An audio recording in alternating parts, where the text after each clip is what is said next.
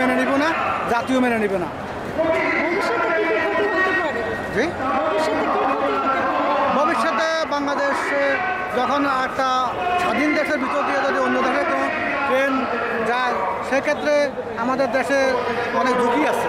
বিশেষ করে আমাদের দেশে এই আমাদের বহির্বিশ্বের আমাদের পার্শ্ববর্তী দেশ ভারত আমাদেরকে এমনিতে তাদের দেশে যাওয়ার জন্য ভিসা দিচ্ছে না, কিন্তু আমার ভূখণ্ড দেশে ট্রেন নিবে, এটা আমরা মেনে নিতে পারি না।